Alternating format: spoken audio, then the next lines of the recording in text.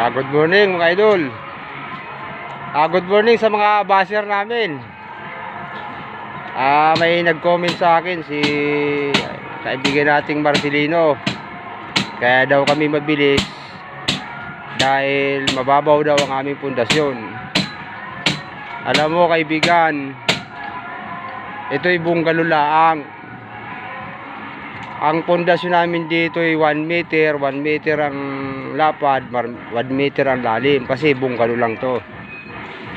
Tapos naka crossbeam tayo mga idol. Pagka sinukat mo hanggang flooring, umaabot ng 160 ang lalim.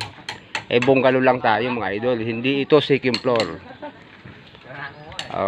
Ngayon, ang sinasabi mo dahil mabilis kasi mababaw ang pundasyon, sa bilis naman tayo idol.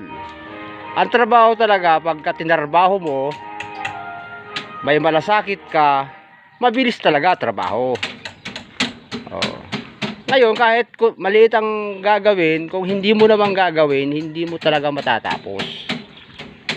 Kailangan malasakit sa trabaho. Trabahuhin talaga ng tama. Kahit na gaano kalaki yan, pag talagang tatrabahuhin yan, mabilis talaga yan mayari. Yun lang idol sa'yo, para sa'yo. Kaya kailangan konting malasakit. Kung kumikita ka ng 800 isang araw, kailangan ang accomplishment mo, ang magawa mo ay mga pang 1,000 man lamang. Para yung contractor, kahit paano may 200. Ayos ba idol? Ganun talaga idol ang buhay. Ayan na, nangyari namin. Ano naman masasabi mo dyan idol?